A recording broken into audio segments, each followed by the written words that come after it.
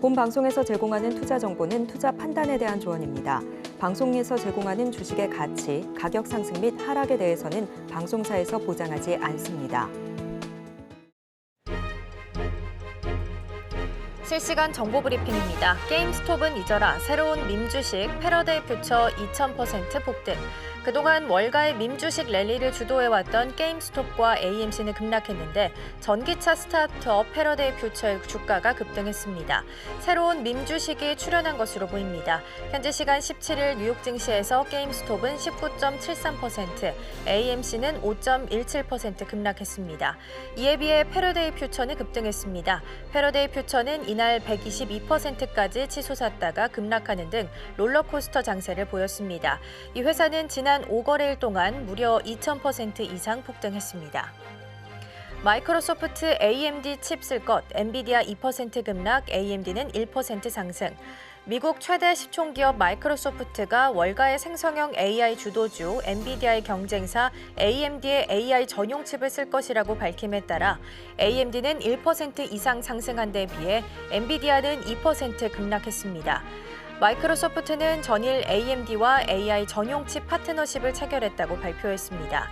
AI 전용 칩 시장의 80%를 장악하고 있는 엔비디아에서 공급 지연 현상이 발생하고 있기 때문으로 보입니다.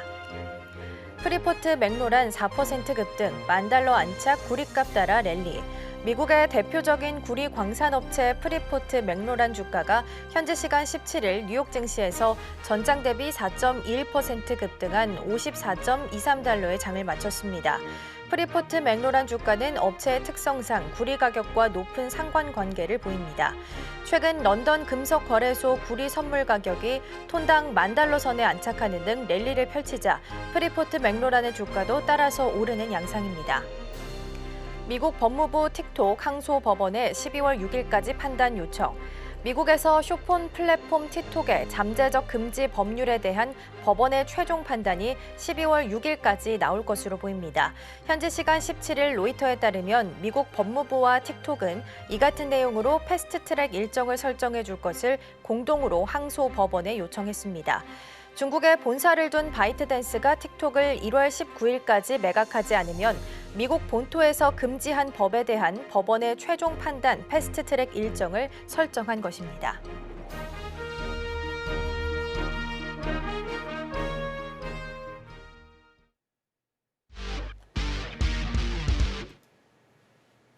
시청자 여러분 안녕하세요. 증시8 오늘의 승부주 시작합니다. 진행의 이가은입니다.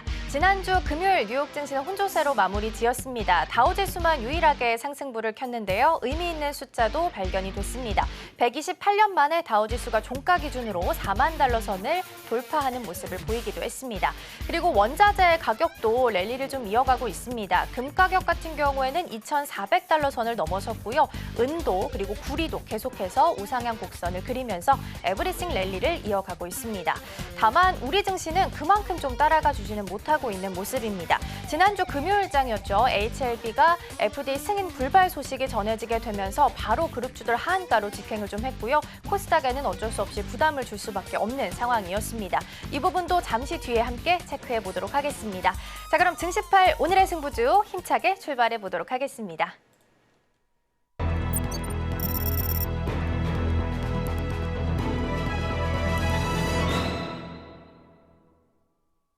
네, 안녕하십니까. 박정호 PD입니다. 월요일 아침입니다. 힘차게 또 이번 주도 시작해 볼까요? 일단 우리나라에서 이런 경사가 났으면 좋겠지만 어쨌든 미국 시장에서 128년 만에 다우 지수가 4만 포인트, 꿈의 지수였죠. 4만 포인트를 돌파를 했습니다. 거의 축제 분위기인데요. 근데 여기서 이제 저는 조금 허탈하더라고요. 왜 우리 금요일에 우리는 2,800선 회복할까요? 이런 얘기 하고 있는데 미국에서는 지금 뭐 4만 포인트 돌파하고 거의 뭐 꿈의 포인트였잖아요. 자릿수 돌파하고 우리나라는 3,000포인트도 아니고 2,800포인트 돌파할 수 있을까요? 이러고 있는데 자, 좀 답답합니다. 주요 지수 중에서 14개 국가의 지수는 거의 뭐 신기록 갱신 중인데 우리나라만 왜 이렇게 항상 도태가 될지. 예전에 제 기억으로는 10년 전인가요? 그때는 우크라이나 지수보다도 우리가 저평가받는 이런 모습들을 보이는데 AS 전에 좀 답답해서 우리 유창희 대표님한테 개인 투자자로서 너무 답답하거든요. 답답하죠. 우리나라 뭐가 문제일까요? 우리나라요? 오너의 문제죠. 뭐 예를 들어서 뭐 지난주에 보면, 그러니까 최근에 보면은 유상증자하는 기업들도 상당히 많아요. 네. 그러니까 특히 뭐 신규 상장을 했는데 6개월만 유상증자하는 회사도 있고, 또 어떤 기업은 하나마이크론 같은 경우 지난주에 유무상증자를 실시했는데, 어떻게 보면은 유보금이 상당히 많은데, 물론 유보금이 다 현금 받고 있는 건 아니지만 그럼에도 불구하고 그 정도 금액을 유상증자를 해야 되는가 생각이 들 정도였다는 것이죠. 또 뭐 HLB 같은 경우는 홈런은 아니지만 2루타는 쳤다. 그게 무슨 말인지 잘 모르겠고요. 또 끝으로 현대중공업 지난주에 이제 그 지분을 일부 정리를 하면서 했었던 얘기가, 아니 말이 아다르고 어다른데 유통 주식이 늘어나면 거래가 활성화되지 않겠느냐. 투자자들은 품절주를 좋아하는데 그러니까 그런 부분들이 어떻게 보면은 참 투자자들한테 실망감을 좀 안겨주고 증시도 갈 수 있는 자리에서 조금 덜컥거리는 것이 아닌가. 하지만 결국에는 좋은 주식은 또 오르기 때문에 이런 굴곡에서 또다시 증시는 저는 한 발 더 앞서 발전할 수 있지 않을까 생각하고 있습니다. 네. 자, 우리 김성규 전문가님은 도대체 뭐가 문제라고 보세요? 우리 국내 증시가 못 가는 이유가? 제가 볼 때는 뭐 일단 ESG 문제가 가장 큰데, 그중에 이제 아까 유창희 대표님은 거버넌스, 그러니까 그 대기업의 문제라고 봤는데요. 사실은 저는 이제 이 과정은 지금 굉장히 우리가 그 전 세계적인 그 경제로 봤을 때는 되게 어려운 자리에 와 있다고 봐야 되거든요. 글로벌 변곡점에 와 있고, 그 다음에 다우 지수에 지금 4만을 돌파했다라는 의미는 뭐냐면, 앞으로 이제 봤을 때 미국 증시는 좀 더 올라갈 룸을 만들어준 데 비해 가지고 다른 나라들은 오히려 조금 조정을 받을 수 있는 구간도 지금 있습니다. 그동안 해가지고서는 오히려 우리나라 증시가 상당히 좀 눌렸던 부분이 있는데, 거기서 올라가야 되는데 올라가지 못하는 부분이 왜 못 올라가느냐를 지금 보고 있는 거거든요, 사실은. 그럼 그 부분을 이제 우리가 측정을 하다 보면은 가장 큰 이슈는 우리가 그래도 생각보다는 돈을 덜 풀었기 때문이라고밖에 해석을 할 수가 없어요, 사실.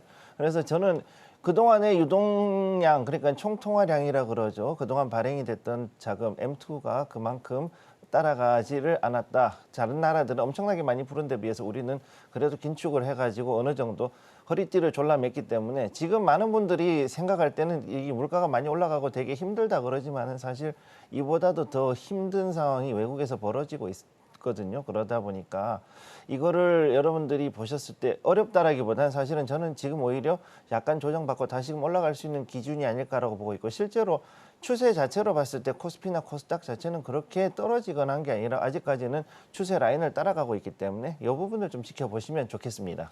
네, 어쨌든 우리 두 분의 전문가님한테 제가 여쭤본 이유가 그겁니다. 너무 답답해서. 근데 어쨌든 우리나라 증시가 혼자 부진하지만 우리도 할 수 있다라는 마음으로 하다 보면은 또 3,000포인트 어느 순간에 넘어설 수 있을 거라고 저는 믿습니다. 우리 시청자분들, 우리 오늘의 승부주하고 함께 하시면 되고요. 그래서 이제 금요일에 또 우리 오늘의 승부주가 또 성적표가 좋다는 소식이 들리는데 한번 눈으로 확인해야겠죠. 한번 확인해 보겠습니다. 네, 우리 일단 제우스 갭상승으로 시작했는데요. 살짝 밀렸습니다. 이따가 AS 받아보겠고요. 자, 그리고 일단 JLK가 좀 사고를 쳤습니다. 하루 만에 급등하면서 24.4% 좀 경이로운 수익률을 또 거둬줬습니다. 네, 일주일에 한 번씩 두 분이서 이제 엎치락 뒤치락 이런 급등 종목 한 종목씩 나오고 있는데요. 오늘의 승부주 코스피 3,000 기원하면서 또 승부주도 계속 보시면 수익도 불어나실 수 있을 것 같다는 생각입니다. 자, 우리 유창희 대표님, 일단 제우스가 갭상승을 했는데 네. 살짝 조정으로 끝났어요. 네. 어떻게 대응해야 될까요? 저는 뭐 그때 이제 말씀드린 것처럼 제우스 아마 시간에서 전날에 한 5% 정도 올라왔기 때문에 5% 정도 갭상승 나올 수 있을 거라고 말씀드렸었는데, 딱 그 정도만 갭상승 나오고 추가적인 상승은 하지 못했습니다. 오히려 눌림목에 매수할 수 있는 기회를 주고 있는 것이 아닌가 생각하고 있고, 결국에는 디데이는 이제 이번 주 목요일이죠. 우리나라 시간으로 치면 목요일 새벽에 엔비디아 실적 발표하기 때문에 그 전까지는 좀 조정식 분할 매수, 그리고 나서 이벤트에 따라서 결정을 지으면 되지 않을까 판단하고 있습니다. 네, 어쨌든 이따가 이슈 때 살짝 말씀드리려고 했는데 이번 주 또 엔비디아 실적 발표가 있고요. 또 간밤에 이런 얘기가 있잖아요. 마이크로소프트가 갑자기 AMD 쪽으로 손을 벌리면서 저는 이게 좋다고 봐요. 이런 경쟁을 해야 또 가격이 내려갈 것이고 그러면서 이제 수요가 늘어나고 이러면서 또 시장 경제가 활성화되지 않겠습니까? 그래서 우리 시청자분들이 오늘의 승부주 보시면서 또 이렇게 추적하시면 될 것 같습니다. 자, 우리 김성규 전문가님, 일단 JLK가 급등은 했습니다. 예. 근데 급등을 했음에도 불구하고 아직 바닥권역이라서 지금도 매수해보고 싶은데 저 같은 이제 이번 사볼까 하시는 분들은 어떤가요? 지금 현재 상당히 제가 좀 예상외로 많이 올라갔어요, 지금. 그렇긴 그래요? 한데 급등을 하긴 했는데 나쁘진 않은 자리라고 보고 있고. 자, 일단 보겠습니다. 지금 어제 나왔던 자리가 여기에 이 자리, 급등이 나왔던 자리죠. 24% 넘게 올라간 자리고 4.45% 여기까지 올라갔고 여기에서 계속해가지고서 이 자리 보시게 되면 거래량이 지금부터 몰려왔죠. 거래량이 몰려왔다는 얘기는 지금부터 한 번 더 오늘 터질 수 있는 자리니까 한 번 더 들어가도 괜찮고 아마 오늘이나 내일 정도면은 충분히 이 목표가를 돌파할 수 있을 것으로 저는 보고 있습니다. 17,000원 목표가인데 이 자리는 충분히 돌파할 수 있을 것으로 보고 있고 중요한 건 이 JLK 같은 경우는 비대면 진료 중에서도 특히 이제 이 금요일에 CT 이 뇌졸중 환자 즉 스트로크 환자에 대해 가지고서 그 CT 관류 영상을 가지고서 전송하는 이 플랫폼에 대해서 성공을 했거든요. 사실은 그게 그 소식 때문에 지금 이번에 터진 거기 때문에 제가 금요일에 말씀드렸던 그 지자체와의 어떤 협력, 그 다음에 앞으로 봤을 때 글로벌 M&A에 대한 어떤 하나의 충분한 성과가 나왔다고 보기 때문에 저는 이 종목은 앞으로 좀 더 강하게 갈 수 있을 거라고 보고 있습니다. 그리고 이제 스택 인베스트먼트가 제대로 지금 달리고 있습니다. 지금 봤을 때 딱 원형 바닥의 모습이 보여지기도 하는데 이거 계속 끌고 가야 될까요? 예, 이 종목 같은 경우는 좀 더 가도 되는 게 여기 보시게 되면 한번 보실게요. 차트 계속해가지고서 아래 고리를 길게주면서 당겨 올리는 이 자리는 굉장히 재밌는 자리입니다. 자, 이렇게까지 해서 끌어올린다는 얘기는 계속해서 물량을 끌어모은다는 얘기죠. 그리고 여기 보시게 되면 거래량도 지금 상당히 많이 받쳐주고 있고 양 자체는 작지만 생각보다 이 물량이 조금씩 그리고 지금 상당히 강하게 올라가고 조금씩 그래도 착실히 모아가는 모습을 보여주고 있고 그 다음에 이게 역시 또 바닥입니다. 사실권 바닥권인데 여기에 이 보면은 이미 9,330원대를 돌파를 해버렸거든요. 여기서부터 이 자리에서부터는 올라갔기 때문에 앞으로 상당히 더 강하게 올라갈 수 있다. 최소한 2차로 1,900원까지는 한번 볼 수 있는 그 자리라고 보시면 되겠습니다. 네, 참 수익률이요. 우리 시청자분들 하루치 수익률이 20% 이상 나는 방송은 처음 봅니다. 자, 그리고 다들 아시겠지만 하루치 수익률이 끝났다고 하더라도 저희는 계속 AS 해드리니까 오늘의 승부주만 계속 지켜보시면 좋을 것 같습니다. 자, 그리고 제가 이제 이 얘기를 안 할 수가 없죠. 우리나라 시장 금요일에 참 이런 모습도 제가 15년 경제방송하면서 처음 보던 모습인데 8개의 관계회사가 올 하한가 가는 모습은 제가 처음 본 것 같습니다. 금요일에 HLB라는 이름만 붙은 기업은 다 하한가를 가고 참 답답하실 것 같은데 이런 멘트를 들어보셨나요? 1%의 위험은 있지만 99%는 확신하고 있다. 제가 말씀드리는 이 회사의 어떤 관계자분께서 FDA 관련된 멘트를 치신 내용인데 1%의 확률을 뚫어버렸습니다. 그래서 지금 HLB가 상당히 개인 투자분들이 너무 화가 나 계시고 저 또한 매우 답답합니다. 같은 투자자로서. 근데 이제 유창현 대표님한테 질문 드려볼 것은 근데 지금 내용을 보니까 이 해당 신약에 대해서 뭐 부작용이나 뭐 효과가 별로다라는 내용이 아니라 좀 보완을 해달라거든요. 네. 그렇다면은 지금 물리신 분들도 계실 테고 네. 조금 뭐 물을 타서 추가 매수를 해봐도 되지 않을까요? 어쨌든 이 신약에 대해서 문제가 생긴 건 아니라고 보이는데 어떻게 생각하시나요? 사실은 신약에 대한 문제보다 더 큰 문제가 있는 거죠. 그러니까 물론 이게 음모론적인 측면이지만 이게 중국하고의 어떤 관계 때문에 이 보완을 하라는 거 아니겠습니까? 하라고 했을 가능성이 높다라는 거 아니겠습니까? 시장에서는.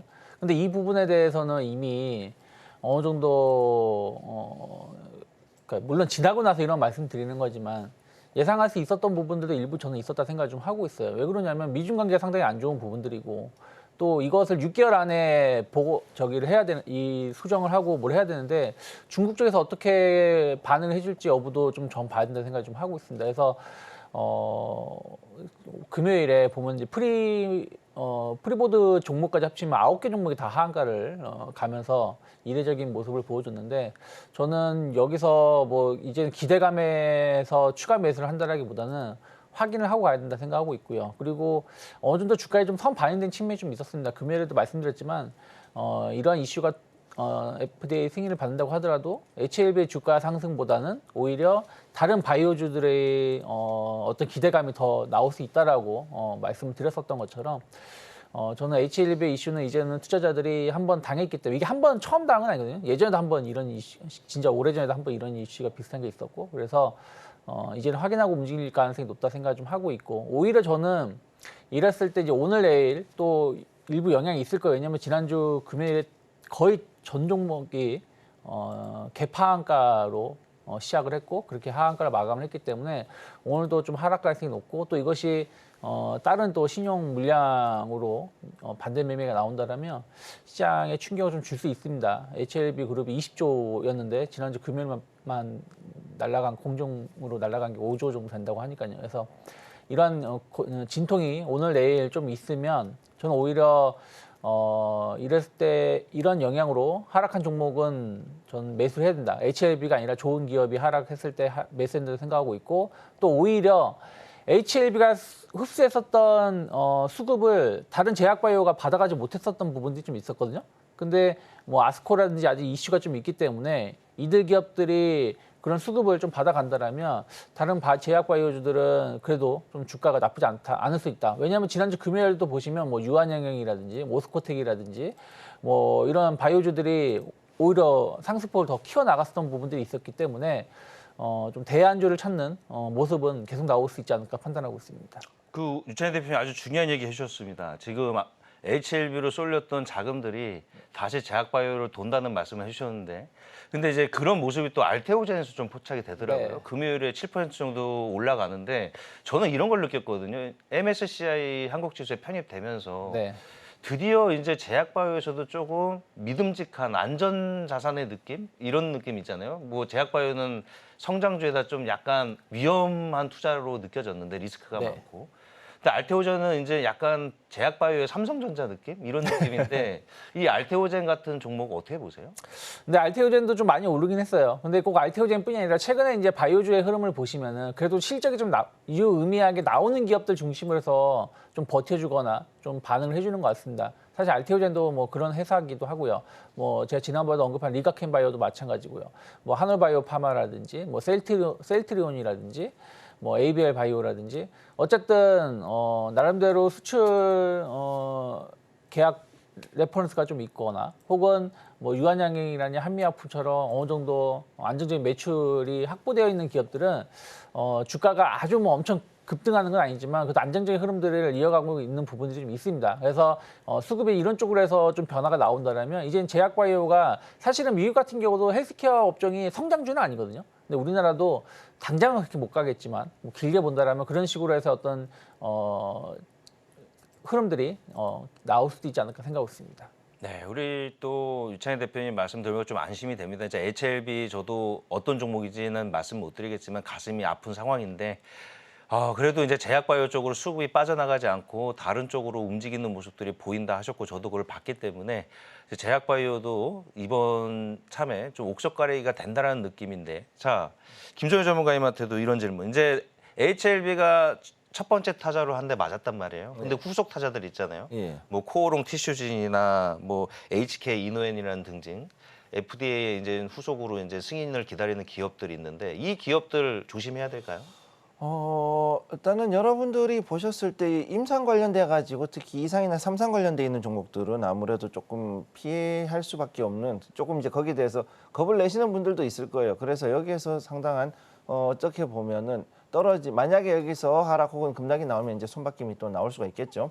그러면은 매도를 하는 과정에서 다시금 이제 이 물량을 흡수한 사람들이 다시금 여기에서 특히 이제 외국인이나 기관들 중에서 이 가능성을 보고 있는 그런 회사들은 많이 있습니다. 그렇기 때문에 지금 제가 늘 말씀드렸듯이 바이오시밀라 펩타이드 그다음에 여기에 이 또 다른 줄기세포 이런 종목들 같은 경우에는 아직까지도 대기를 하고 있는 즉 쉽게 얘기해서 그 기대감으로 올라갈 수 있는 종목들은 상당수가 존재를 하고 있고 그다음에 이제 또 다른 것이 실적을 기반으로 해서 움직이는 그런 종목들이 있다는 거죠. 그렇기 때문에 이제 기대를 가지고서 움직이는 종목들은 한 번 정도는 이제 약간 조정이 나올 수는 있는데 단 여기에 대해서 여러분들이 이 하락에 원래 이 제약바이오 자체가 변동성이 크기 때문에 이거를 여러분들이 감안을 하고 접근을 하시는 것이 중요하다는 걸 말씀을 드리겠습니다. 자, 그리고 안 그래도 지금 금요일에 또 인공지능 AI 산업에 대해서 좀 제안을 해주셨잖아요. 네. 제약바이오에 또 새로운 섹터가 탄생했다고 저는 생각이 드는데 그쪽 섹터도 대안이 될까요? 그러니까 AI하고 의료 AI. 이제 AI와 의료 AI라는 것이 굉장히 지금 이제 앞으로 큰 이슈가 될 겁니다. 이제 이게 우리나라뿐만 아니라 글로벌한 이슈로 지금 진행이 될 건데 왜냐하면은 이 가격 그러니까 그 동안에 굉장히 그 많은 연구자들이 투입을 했던 그 노력 대비해서 성과가 시원찮았던 반면에 AI가 보여주는 그 성능, 특히 이제 AI가 직접 모니터링하는 랩 같은 이제 실험실이 나오게 되면서부터 굉장히 비약적인 발전이 있었다라는 그런 결과가 지금 이 기사로도 조금씩 나오고 있는 상황이죠. 그렇기 때문에 AI가 바이오를 가는 분야, 이게 연구뿐만이 아니라 앞으로도 이제 실제 사람들과 만나는 대면하는 분야까지 이제는 어느 정도 진행이 되지 않을까라는 것을 볼 수가 있고요. 실제로 그렇게 되었을 때는 앞으로 이제 AI 관련된 AI 메디칼이라는 섹터는 분명히 새로 탄생할 수 있다라고 저는 보고 있습니다. 네, 또 JLK가 잘 갔기 때문에 의료 AI까지 확인을 좀 해봤고요. 마무리하기 전에 HLB 한 가지만 더 짚고 넘어가 볼게요. HLB 일단 인터뷰를 확인을 해보면 내용 뉘앙스가 리보세라닙은 문제가 없었다. 항서제약 쪽에서 조금 더 보완 요구서안을 받았기 때문에 이 부분을 조금 더 추가해서 보완을 좀 해야 한다라는 뉘앙스에 좀 떠넘기는 듯한 느낌을 좀 받았는데 대표님 근데 중간에 이제 미중 무역 갈등이 좀 네. 안에 포함되어 있었다라는 내용을 좀 언급을 해주셔서 이게 만약에 보완 요구서안 보니까 한 5, 6개월 정도 걸린다라는 이야기가 있던데 그럼 지금으로부터 그 시간을 계산해 보면 또 대선을 앞두고 있는 시점이라서 더 예민하게 이거 좀 더 어려워지는 거 아닐까라는 우려도 들거든요. 그것 때문에 지금 걱정이 더 많은 거죠. 말씀하신 것처럼 그냥 지금 평상시의 상황이라면 그래 뭐 한 5개월, 6개월 뒤에 뭔가가 좋은 중국에서 잘 대응을 해주고 해서 잘 협의가 완만하게 된다라면 통과될 수 있지 않겠느냐 생각할 수 있겠지만 말씀하신 것처럼 대선이 바로 코앞이라는 것이죠. 그러면 그런 상황에서 또 굳이 이런 것을 이슈로 만들고 싶어 하지 않을 거란 말이에요. 미국 현재 바이든 정부 입장에서는 또 대선이 끝나고 난다고 하더라도 또 흐름들을 좀 봐야 되는 부분들이 좀 있다 보니까 물론 이건 음모론적인 측면에서 말씀드리는 겁니다. 꼭 그것 때문에 뭐 안 됐다고 말할 수 없지만 그거일 가능성이 가장 높기 때문인 것이니까요. 그래서 그 대선 기간이라는 부분들도 6개월 안에 이것이 해결되기 힘들다. 그렇다면 다시 원점으로 돌아가야 되는 부분들이다 보니까 그래서 투자자들이 조금 더 실망을 하고 있는 것이 아닌가 생각하고 있습니다. 네, 말씀해 주신 것처럼 여러 가지 시나리오가 있고도 가능성이 있기 때문에 그중 가장 높은 부분에 대해서 질문을 좀 드려봤습니다. HLB 오늘장 안에서는 또 어떤 흐름을 가져가게 될지 또 추가적인 하락세를 이어가게 될지도 함께 체크해 보시면 좋겠습니다. 오늘장 안에서의 이슈는 어떤 이슈 준비해 주셨는지 먼저 화면을 통해서 확인해 보겠습니다. 네, 우리 유창희 대표님은 구리구리, 동동구리 준비해 주셨고요. 김성규 전문가님은 AI가 불러온 원전의 부활 살펴보도록 하겠습니다. 네, 먼저 우리 유창희 대표님과 함께 첫 번째 주제 살펴보겠습니다. 제목이 재밌네요. 구리구리 동동구리입니다. 구리값이 $10,000까지 터치를 네. 했습니다. 그러면서 계속해서 상승 랠리를 좀 이어가고 있는데 이 흐름 당분간 좀 유지될까요? 좀 더 유지될 수 있다 생각을 좀 하고 있어요. 이거 지난 주말에도 구리 가격이 추가 상승을 보여주면서 역사적 신고가에서 마감을 좀 했습니다.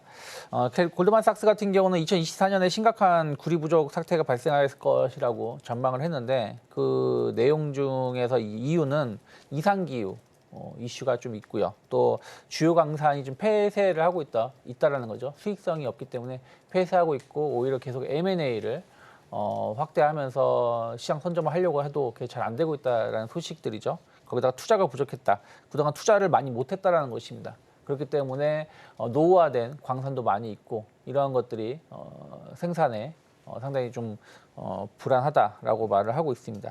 CT 같은 경우는 금색이 구리에 대해서 두 번째로 중요한 강세장을 보여주고 있다. 그러니까 구리가 최근 10년, 15년 사이에 계속 횡보세를 보여주다가 크게 본다라면 이제 상승하는 것이기 때문에 상당히 의미 있는 상승 이어질 거라 좀 보고 있습니다. 그래서 트리피구라 대표 같은 경우는 지금 톤당 $10,000 돌파를 했는데 뭐 $12,000까지 또 어떤 데서는 $15,000까지도 올라갈 수 있다라고 전망을 좀 하고 있고요.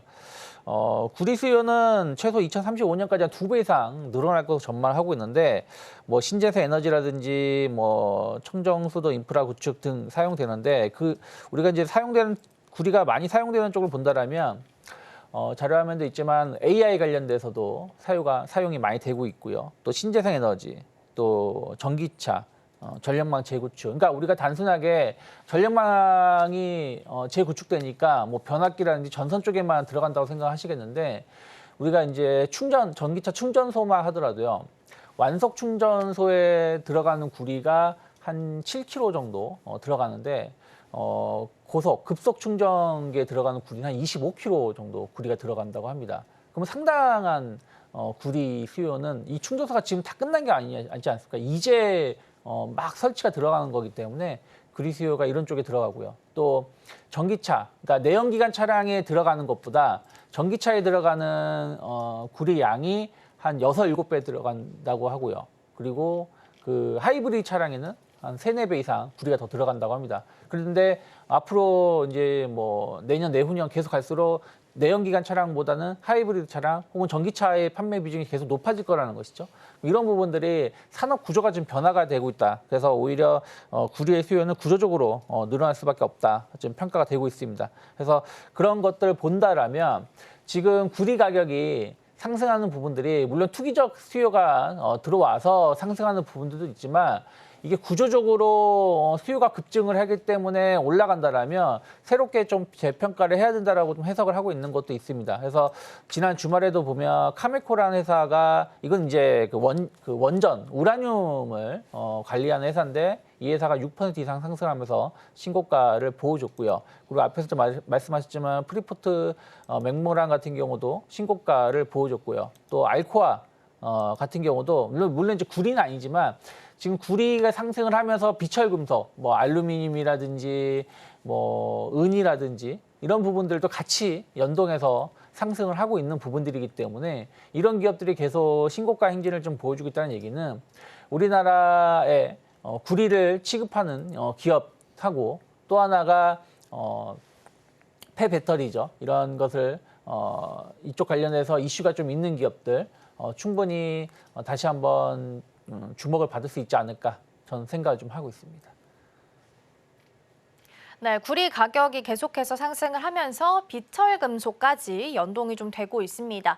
신고가 행진도 이어가고 있기 때문에 이 흐름 당분간은 좀 이어질 수 있겠다라고 말씀 좀 해주셨는데요. 구리값과 연동되는 쪽을 좀 보자면 전력 전선주들도 좀 있잖아요. 네. 물론 잘 가고 있습니다만 종목별로 좀 차별화 장세를 보이고 있는 것 같습니다. LS 같은 경우에는 증권사에서 TP가 지금 20만 원까지 상향 조정되는 리포트들도 좀 있었는데 일단 다음 MSCI 편입 기대감이 좀 있는 상황이고 네. 그리고 또 저 PBR에 대한 수혜도 받을 수 있다라는 기사들도 나오고 있어서 전선주를 전체적으로 좀 긍정적으로 같이 바라보고 가도 되는지 아니면 좀 종목별로 다른 관점을 좀 유지해야 될까요? 일단 전 전선주 변압기 다 좋게 보고 있습니다. 다만 이제 최근에 보면은 단기간에 좀 많이 오른 감은 좀 있어요. 그렇기 때문에 주가가 최근 한두 달 사이의 흐름처럼 계속 고공행진할 가능성보다는 조금 기간 조정 가능성을 좀 열어놔야 된다 생각을 좀 하고 있습니다. 그래서 구리 관련된 것을 말씀드리는 이유가 뭐냐면 어쨌든 지금 변압기 전선 관련된 전력 인프라 관련된 기업들이 상승을 하면서 이 상승이 좀 파생되는 부분들이 좀 있거든요. 그게 이제 발전 관련된 이슈가 좀 있고요. 또 어쨌든 이쪽 시장이 계속 커지게 된다면 구리 수요가 같이 늘어날 수밖에 없는 거다 보니까 구리 관련된 기업들이 또 움직임이 나오고 있는 것이고요. 또 아까 뭐 발전 말씀드렸지만 발전도 여러 발전이 있죠. 예를 들어서 뭐 천연가스다, 혹은 뭐 핵이다, 그러니까 원전이다, 혹은 뭐 SOFC다 등등 여러 부분들이 이 전력을 충당할 수 있다고 하면서 관련된 기업들이 움직임이 나오고 있는 거고 또 그것이 또 파생되면서 해운이라든지 조선주까지도 움직임이 나오는 것이기 때문에 저는 꼭 전선주가 급락만 안 나온다라면 전선주가 급락이 아니라 기간 조정을 준다라면 전선주를 볼 것이 아니라 다른 파생될 수 있는 섹터들에 대해서 우리가 관심을 가져보는 것도 나쁘지 않다 판단하고 있습니다. 네, 워낙 많이 또 올라와 있었기 때문에 기간 조정의 가능성은 좀 염두를 해주셔야 될 것 같고요. 오히려 전력이나 전선주보다는 여기서 파생되는 구리나 다른 쪽을 보는 것도 좋을 것 같습니다. 전력난에 대한 아이디어가 계속해서 확장되고 있는 상황이잖아요. 예전에 미코파워를 언급해 주셨던 기억이 나서 한 가지만 좀 여쭤볼게요. 요즘 대체 에너지까지 계속해서 좀 시선이 갈 수밖에 없는 상황인 것 같아요. 그리고 SOFC라고 해서 고체 산화물 연료 존지 쪽으로도 관련주들이 시세를 조금씩 보일 때가 있어서 이 섹터도 같이 좀 긍정적으로 바라봐도 좋을까요? 그렇죠. 물론 이제 이쪽 SOFC는 아직은 지금 상용화되어 있는 건 아닙니다. 그러니까 SOFC가 어쨌든 이 필요한 전기 지금 뭐 계속해서 지금 전력이 부족하다. 그러니까 이제는 그래픽 카드가 저커버그도 지난주인가요? 인터뷰 내용을 보면 GPU는 이제 넘친다. GPU는 부족하지 않다. 하지만 전기가 부족하다라고 발언을 하고 있는 상황이거든요. 그런 부분이다 보니까 이 전력을 어떻게 충당할 것이냐가 중요한 것인데 그래서 처음에는 이제 원전이 대체가 될 수 있다. 뭐 SMR. 근데 이게 당장 짓는데 오래 걸리는 거 아니겠습니까? 그러니까 이제 천연가스가 한 60% 충당할 수 있다 얘기가 나오고 있고 또 SOFC 이것은 어떻게 보면은 이제 쉽게 설명하면 이제 수소 발전인데 건물형이라는 거죠. 건물에 이 제품을 설치를 해서 수소만 충전해주면 계속 발전을 할 수 있는 한번 전기차 모델을 수소차를 약간 발전 형식으로 좀 바꿔놓은 거라고 쉽게 이해하시면 될 것 같습니다. 근데 아직은 이쪽에 대해서도 아직 뭐 수소라든지 혹은 아직 완벽하게 시장이 형성된 건 아니다 보니까 아직은 기대감입니다만은 어쨌든 시장은 계속해서 빨리빨리 움직임이 나오고 있기 때문에 충분히 이제 기대감이 주가에도 전 반영될 수 있는 시점이 아닌가 판단하고 있습니다. 네, 대표님, 저는 조금 이제 다른 쪽을 여쭤보면 동동구리 다음은 알루미늄이 오를까요?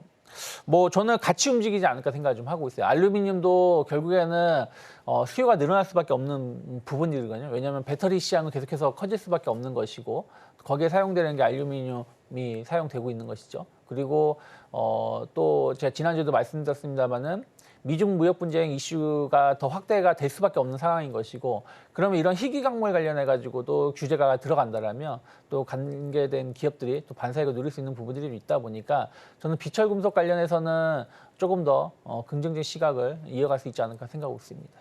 네.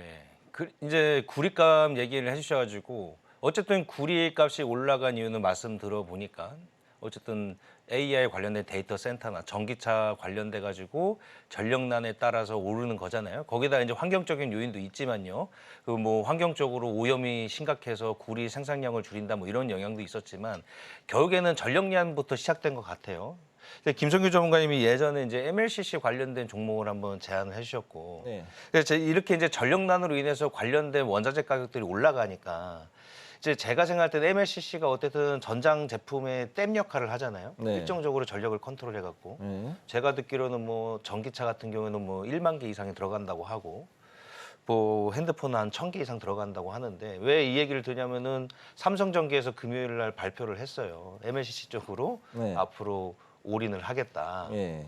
어떻게 보세요? MLCC 이렇게 이제 전력난 구리를 뿐만 아니라 어쨌든 전력난으로 일어난 문제들인데. 네. 이 대안으로 또 MLCC도 부각되지 않을까 이런 생각도 듭니다만. 네, 사실은 MLCC라는 게 결국은 캐패시터라는 거거든요. 그러면 축전기인데 우리가 보통 알고 있는 콘덴서라는 그런 물건을 이제 요즘은 들어가지고 캐패시터라고 해가지고 더 많이 쓰더라고요. 그쪽으로 많이 쓰고 있는데 이게 한 번에 그 조금씩 해가지고서는 전력을 쌓아놨다가 한 번에 쫙 하고 쏴주는 그런 역할을 하는 거거든요. 그래서 그렇기 때문에 캐패시터를 가지고서 이전에 SK그룹에서는 2차 전지 대신에 캐패시터 쪽을 좀 더 개발해 가지고서는 오히려 그걸 가지고 전기차로 좀 뭐라 그럴까 에너지를 공급하는 방향으로 좀 더 진행을 해보려고 했던 그런 적이 있었습니다. 그래서 슈퍼 캐패시터라든가 이런 것도 있었는데 사실은 지금 그 기술적인 이야기보다는 결론을 말씀드려서 결국은 앞으로 해가지고서는 전장에서 그 다음에 이런 그 2차 전지나 전력을 사용하는 모든 분야에 있어서는 이 콘덴서 즉 캐패시터의 용량은 앞으로 더 늘어날 거기 때문에 그래서 삼성전기가 이렇게 얘기를 했다고 보고 있고 그러면은 이제 여기에서 약간 이제 우려스러운 건 뭐냐면 개인적으로는 유리기판이 잘못하면 떨어지지 않을까. 제가 볼 때는 삼성전기가 그럼 6일 2기판 일단은 조금 뒤로 제껴놓고 가는 거기 때문에 자칫하면은 관련해서 조금 떨어질 수도 있지 않을까. 아니면 오히려 여기에 대해서 지금 엄청나게 힘을 쓰고 있는 SK라든가 다른 쪽에 있는 관련 종목들이 더 올라가지 않을까. 저는 일단 그렇게 보고 있습니다. 예. 네, 이렇게 해서 첫 번째 주제 함께 좀 살펴봤습니다. 금도 2,400달러 넘어섰고요. 은도 11년 만에 가격이 좀 최고치를 찍었습니다. 구리도 10,000달러 선 터치하면서 계속해서 원자재 가격이 에브리싱 랠리 이어가고 있다라는 부분까지 함께 챙겨가시면 좋겠고요. 이어서 두 번째 이슈 함께 살펴보겠습니다. 우리 김성규 전문가님과 함께 원전주 함께 살펴보겠습니다. AI 전력난 키워드가 시장을 좀 장식을 하게 되면서 원전까지 지금 계속해서 관심을 좀 두고 있는 상황입니다. 원전 같은 경우에는 정책 모멘텀을 받을 수도 있는 섹터이기 때문에 좋을 수도 있고 반대로 이야기하면 좀 위험할 수도 있을 것 같거든요. 그래서 어떻게 바라보면 좋을까요? 일단은 저는 개인적으로 원전은 지금 굉장히 괜찮은 자리라고 보고 있습니다. 그리고 AI발 전력 수요 급증, 쉽게 얘기해 지금 그 전체적인 분위기가 굉장히 지금 좀 스텝이 꼬였다라는 표현을 저는 쓰고 싶습니다. 개인적으로. 왜? AI가 발전했을 때 거기에 대해서 그러면은 우리가 친환경 에너지 가지고서 이걸 돌려야지라고 생각을 했는데 생각보다 친환경 에너지 아니면 신재생 에너지 가지고서는 이 AI가 요구하는 전력량을 공급하기에는 턱없이 부족하다라는 게 결국은 결론이 지금 났거든요. 그러면 여기서 단기간에 신재생 에너지를 하는 것보다는 이 원전을 오히려 돌리는 것이 비용 대비 즉 가성비라 그러죠. 가성비가 가장 나은 게 원전이다 보니 결국은 그쪽으로 갈 수밖에 없는 상황으로 지금 갔고요. 또 두 번째로 보시게 되면 러시아하고 우크라이나 전쟁이 이게 2년 전에 일어났죠.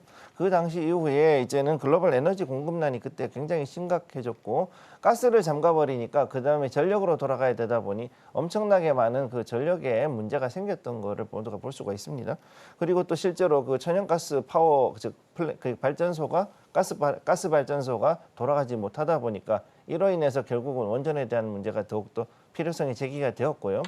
그렇기 때문에 이 작년 같은 경우 COP28 그러니까 작년에 이 관련돼 가지고서 이 친환경 관련했던 얘기를 하는 사람들 중에 하는 나라들 중에서 원전을 지지하는 나라가 22개국이 있는데 그 나라들에서는 지금 현재 앞으로 원전은 3배 정도 확충을 해야 되지 않을까 이런 얘기를 오히려 하고 있는 그런 상황으로 지금 넘어갔다 보시면 되겠습니다.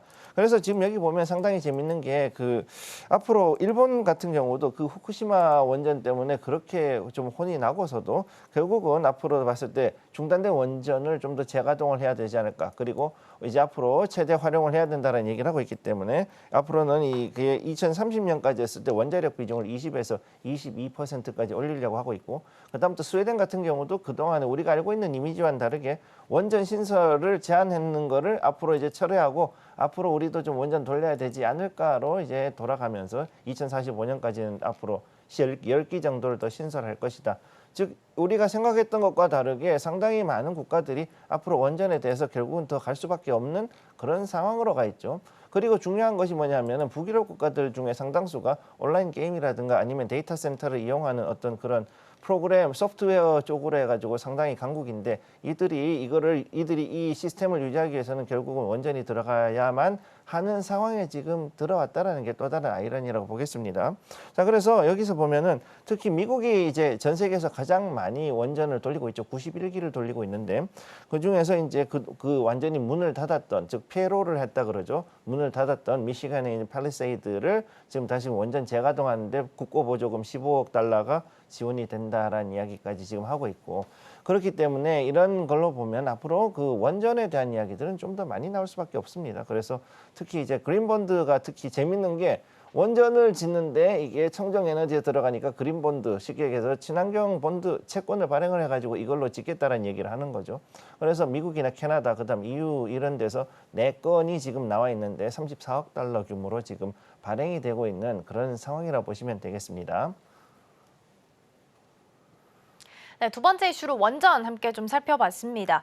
전문가님, 근데 원전 하면 웨스팅하우스와 있었던 소송 이야기를 또 빼놓을 수가 없을 것 같아요. 지금 최근에 이제 체코 원전 수주 이야기가 나오고 있고 가능성 높다라고 하고 있지만 그중에 가장 큰 걸림돌로 이야기되고 있는 부분이 이 소송 이야기가 아닐까 싶습니다. 그래서 이게 다른 수주권에서도 또 발목을 잡는 건 아닌지 우려가 되긴 하는데 전반적으로 좀 어떻게 보세요? 일단 웨스팅하우스가 왜 그러느냐라고 이제 많은 분들이 생각하시는데 실제로 우리나라 원전이 기본적으로 웨스팅하우스 기술을 기반으로 해서 만들었기 때문이고요. 그 다음에 여기서 좀 더 업그레이드된 상향, 쉽게 해서 상위 호환이라 그러죠.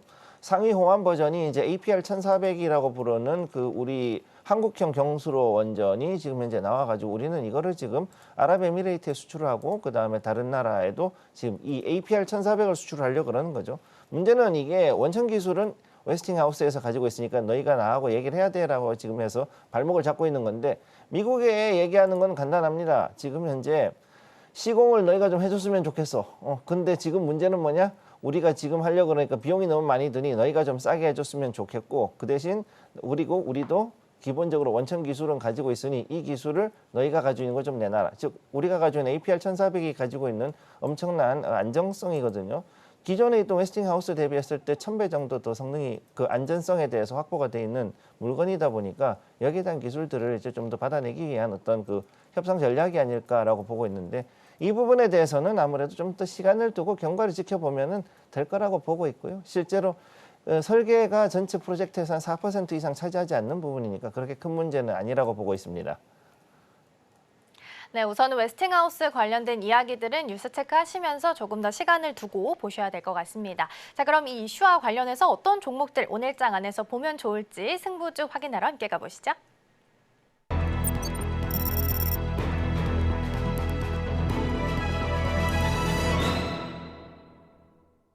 네, 이어서 가장 중요한 순서죠. 오늘의 승부주 확인해 보도록 하겠습니다. 두 분께서 어떤 종목 골라주셨을지 먼저 화면을 통해서 확인해 보시죠. 네, 우리 유창희 대표님은 롯데머티리얼즈 그리고 김성규 전문가님은 보성파워텍 선정해 주셨습니다.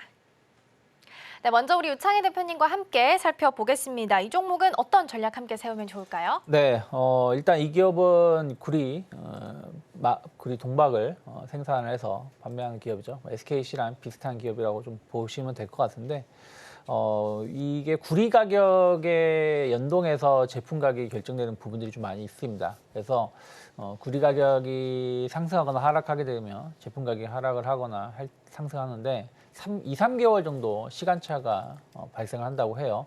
그러면 지금 구리 가격이 계속 상승하고 있기 때문에 지금 최근에 구리 가격 상승한 것들은 1분기보다는 이제 2분기, 3분기에 실적이 반영될 가능성이 높다 생각을 좀 하고 있고요. 1분기 실적이 상당히 좋았거든요. 예상보다 좋았었던 이유 중에 하나가 말레이시아 공장 가동률이 높아져서 그렇습니다. 말레이시아 공장 가동률이 최근에 80% 정도까지 올라왔는데 이게 한 90%까지 올라간다면 영업이익률이 상당히 좋아질 수밖에 없습니다. 왜 그러냐면 국내에서 생산할 때 전기료가 한 160kW 정도, 167원 정도, 그러니까 금액으로 친다면 167원 정도 비용이 들어간다면 말레이시아에서 들어가는 돈이 전기료가 한 65원 정도 선이라고 합니다. 그러니까 뭐 전기값이 그 생산에 들어가는 전기료가 상당히 적게 들어간다는 것이죠. 그런데 뭐 전기료 이게 얼마나 차지하냐고 본다면 1년에 롯데에너지머티리얼즈가 쓰는 전기료가 한 1,200억, 1,300억 정도 되거든요. 그럼 거기서 이제 국내 생산이 줄어들고 물론 이제 우리나라 입장에서 아쉽지만 국내 생산이 줄어들고 말레이시아 생산이 늘어난다는 얘기는 수익성이 상당히 좋아질 수 있다는 부분들 계속 체크해야 된다 생각을 좀 하고 있습니다. 그리고 이제 북미 판매가 계속 늘어나고 있는 부분들을 주목하셔야 돼요. 특히 이제 경쟁 업체가 최근에 제품 문제로 인해서 1차 밴드에서 탈락을 하고 롯데에너지머티리얼즈 제품이 1차 밴드에 들어가고 있다는 부분들이 이게 뭐 쉽게 한번 1차 밴드가 선정이 된다라면 이게 쉽게 바뀌기가 어려운 구조거든요. 그래서 그런 부분들 주목해 보실 수 있다 생각하고 있고요. GM이나 혼다 등 신차가 본격적으로 나오게 된다라면 그와 관련해서 안정적인 매출 좀 기대해 볼 수 있지 않을까 생각을 좀 하고 있습니다. 거기다가 이제 미중 무역 분쟁이 계속 확대가 되고 있고 지난번에도 이제 주요 핵심 강물 뭐 배터리, 반도체, 전기차 관세 높이는 내용들이 나왔었는데 중국의 동박 관세가 25% 정도 부과가 될 겁니다. 그럼 물류비까지 포함하면 한 30% 정도 되는 것인데 말레이시아는 관세가 1%밖에 안 돼요. 물류비까지 포함해도 3% 정도밖에 안 되기 때문에 상당히 이 경쟁 관계에서 유리한 위치에 설 수 있다는 것이죠. 거기다가 수출까지, 그러니까 중국 제품 자체 거의 못 들어가는 상황이라면 이 롯데에너지 머티리얼즈 제품이 더 미국 북미 시장에 더 많이 침투될 수 있지 않을까 생각을 좀 하고 있기 때문에 저는 최근에 주가 흐름을 보신다라면 한 4만 원에서 5만 원 사이에서 횡보세를 보여주고 있습니다. 근데 중요한 건 이번 실적 발표가 나쁘지 않았다는 걸 감안한다라면 2, 3분기에 대한 어떤 기대감들 그리고 구리 가격이 계속 상승하고 있다는 걸 본다라면 롯데에너지 머티리얼즈 주가는 충분히 직전 매물 때 3월달 고점을 돌파할 가능성이 좀 높다 생각하고 있고 돌파가 이루어진다라면 1차 목표가 6만 원 정도까지 저는 목표가 열어놓고 있고요. 4만 5천 원이 크게 이탈하지 않는다라면 약간 눌림이 나왔을 때 분할 매수 가능하다. 최근 4월 중순부터 보시면 이 자리 4만 5천 원 중심으로 해서 횡보세를 보여주다가 상승으로 전환되고 있는 위치이기 때문에 저는 조정 시 분할 매수 충분히 가능하고 1차 목표가 6만 원 열어놓겠습니다. 네, 첫 번째 종목 확인했습니다. 롯데에너지 머티리얼즈였습니다. 실적 발표도 나쁘지 않게 나왔고 구리 가격도 계속해서 상승하고 있기 때문에 긍정적으로 보셔도 좋겠습니다. 고점 돌파 가능할 것 같고 그렇다면 일자 목표가로는 6만 원까지 열어둬도 되겠다라고 말씀을 좀 해주셨습니다. 자, 이어서 두 번째 종목도 함께 확인해 보도록 하겠습니다. 두 번째로는 우리 김성규 전문가님께서 준비해 주신 보성 파워텍 확인해 보겠습니다. 이 종목은 어떤 대응 전략 세우면 좋을까요? 네, 보성 파워텍 보시게 되면 일단 원전 관련주로 해서 최근 들어서 우리 기술하고 같이 상당히 급등이 들어왔던 종목이라고 보시면 되겠고요. 자, 전력 설비하고 그다음에 철골 골조과제 자재에 관련돼 가지고서 일단은 두 가지 섹터를 가지고 있습니다. 그리고 특히나 재미있는 것이 홈페이지에 들어가서 보시게 되면은 에너지 즉 전력 설비만 하는 게 아니라 2차 전지 관련된 즉 배터리 사업까지 해서 양쪽 분야에서 상당히 안정적인 수익을 창출하고 있기 때문에 실적 면에서도 상당히 괜찮은 그런 종목이라고 보실 수가 있겠습니다. 최근 들어서 정책적인 부분도 있지만은 글로벌한 이런 그 원전 관련된 이슈, 즉 원자력이라든가 플랜트가 있을 때 여기에 대한 전력 설비 주로 해가지고서는 다른 종목들은 굉장히 많이 간 반면에 최근 들어가지고까지 상당히 그러니까 상승하지 못했던 그런 종목이기 때문에 지금까지 봤을 때 이제 후발주자로서 그리고 이 원전 모멘텀으로 올라갈 수 있는 종목이라고 보시면 되겠고 특히 송배전선이라든가 그 다음에 철탑이 있지 않습니까? 그 초고압선 거기에 대한 철탑 구조물 같은 거를 제작 납품을 하는 곳이다 보니까 앞으로 이런 그 발전소 프로젝트가 나왔을 때 충분히 여기에서 좀 더 힘을 낼 수 있는 그런 종목이라고 볼 수 있겠습니다. 자, 여기에서 오늘 한번 요 거래량 보시게 되면요. 차트 보실게요. 4월 말부터 해가지고 상당히 거래량이 이제 조금 들어오면서 들쭉날쭉하지만 그런 가운데 이렇게 상승하는 모습을 지금 보여주고 있고 이런 자리에 와 있고 어제 같은 금요일 같은 경우에는 굉장히 좀 급등을 했었죠. 요 자리 같은 게 8% 이상 급등을 했던 자리에 와 있습니다. 그래서 여기에서 봤을 때 자리도 상당히 매력적이고 그 다음에 이런 그 어느 정도의 탄력이 있는 종목이라고 봤을 때는 앞으로 약 한 4,200원까지 저는 목표가를 우선 설정을 해드리고요. 여기 요 4,200원까지는 우선 올라갈 수 있다라고 저는 말씀을 드릴 수가 있겠고 손절가는 여기에서 상당히 조금 애매한 자리이기 때문에 여기 횡반 라인이 있습니다. 요 횡반 라인. 여기에서 이 자리에 있기 때문에 3,700원 행보 라인에서 만약에 떨어졌다. 여기 이 자리에서 떨어졌다 싶을 때는 여기에선 지체 없이 바로 조금 손절을 하고 그러고 난 다음에 저점에서 다시 한번 타점을 잡으시면은 좋은 성과를 거두실 수 있다고 보고 있습니다.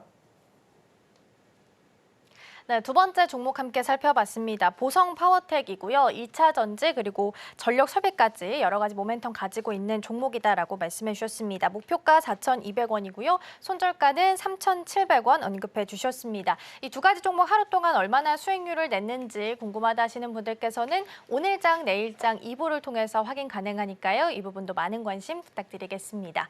자, 그럼 저희는 마치기 전에 오늘 방송의 핵심 내용 다시 한번 화면으로 정리해 보겠습니다. 네, 먼저 우리 우창희 대표님과 함께 계속 오르는 구리값 그리고 관련주들 함께 살펴봤고요.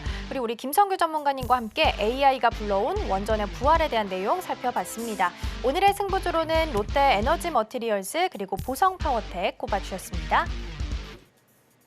네, 저희가 방송 중에 제공해드린 정보는 투자 판단을 위한 조언일 뿐 해당 종목의 가치와 수익률은 보장하지 않습니다. 저희는 잠시 후 증시 9로 돌아오겠습니다. 시청해주신 여러분 고맙습니다.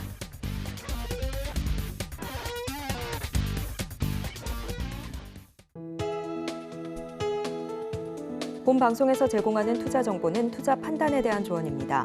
방송에서 제공하는 주식의 가치, 가격 상승 및 하락에 대해서는 방송사에서 보장하지 않습니다.